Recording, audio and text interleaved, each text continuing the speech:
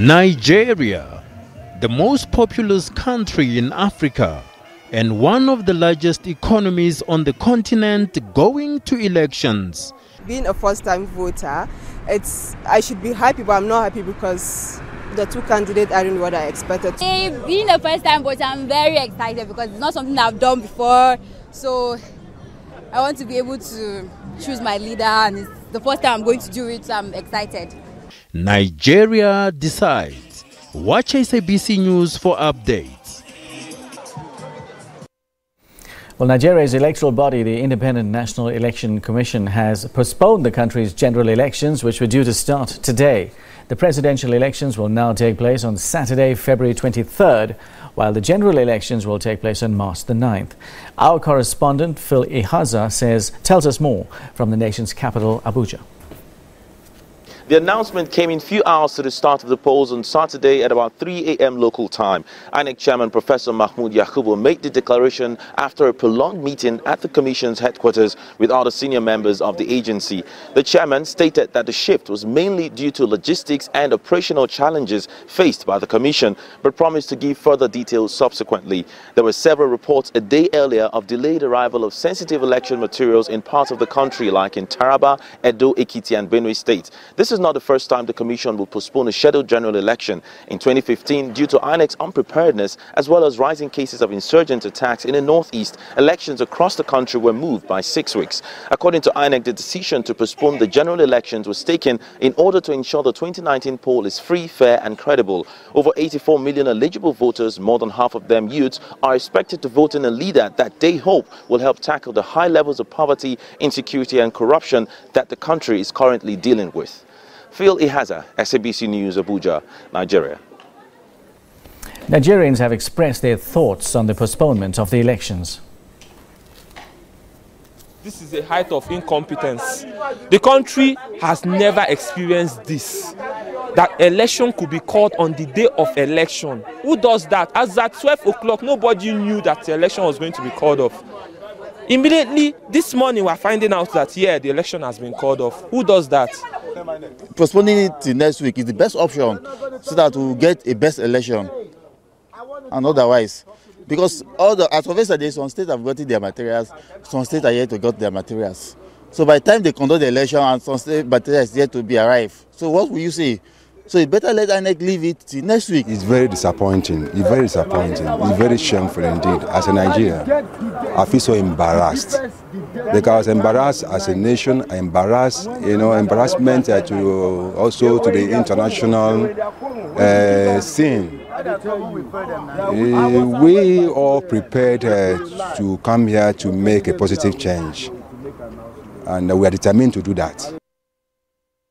But for more analysis on the postponement of Nigeria's elections, earlier on we spoke to Dr. Emeka Ugwu, who is the Secretary of the General People's Democratic Party, and engineer Bola Babarinde, the Chairman of the All Progressive Congress, for analysis.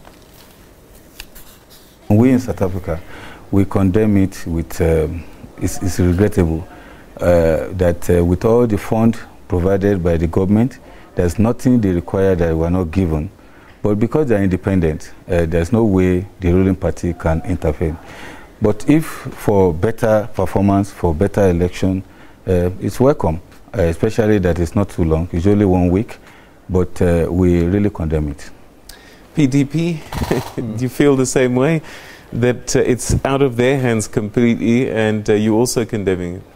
I don't think so. I don't think it's out of their hands. I was in this studio yesterday where I mentioned that this is the most incompetent government we've ever produced.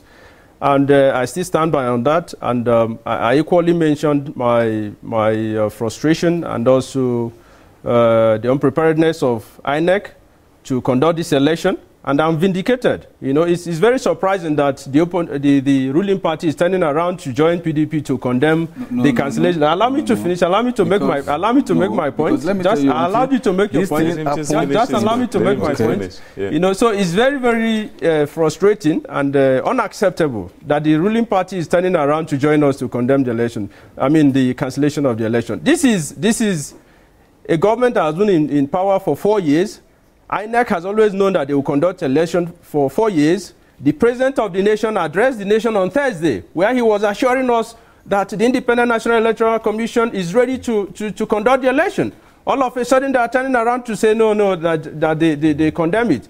Well, I can say that my heart bleeds for my nation, our heart bleeds for our nation, and our heart bleeds for Africa. I am saying that because... All right, so he's saying that this is government ineptitude. No, this is INEC. It is Independent National Electoral Commission. You see, this thing happened in 2011 during the reign of Jega, the National Electoral Commissioner. Now, in actual fact, in 2011, the election already started before they postponed it. So how can you say government? Who does INEC account to then? It's the fault of the INEC, and that's why we are condemning it. But in actual fact, we are ready. And he's just playing game. He's just being economic with the truth. They love it because they are not prepared. We are prepared, and it affects us even more than them. But, you know, in politics, they are trying to play a game. They love it. They prepare for, you know, they never prepare for this election, and we are prepared, you know. But unfortunate thing is that INEC brought this thing about, and it's not the government. We don't want to interfere because they are independent. All right, so will we have free and fair elections if INEC, let's say that they have been incompetent, have not been able to deliver election materials, I believe, to as many as 8 regions, including the federal capital.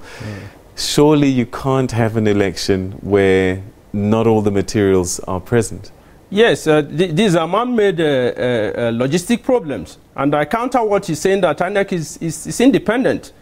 The Independent National Electoral Commission is independent only on paper. And I can give you a million reasons why it's like that, and I'll just state one for sake of time.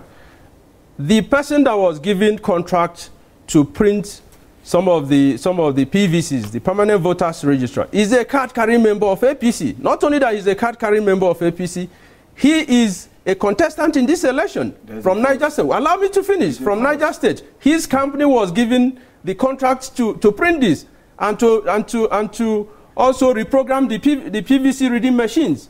And the reading machines have been reprogrammed now to even read fake cards. So how can you tell me that such a body is independent? It is never independent. That's one thing. It is false. You know, PDP actually hired an American company for propaganda machinery. The guy that actually worked for Donald Trump is the one working for PDP. Their propaganda machinery is very sophisticated. All this news, initially they said the lady that was appointed recently for the collation center related to Buhari. Eventually we found out that it was false.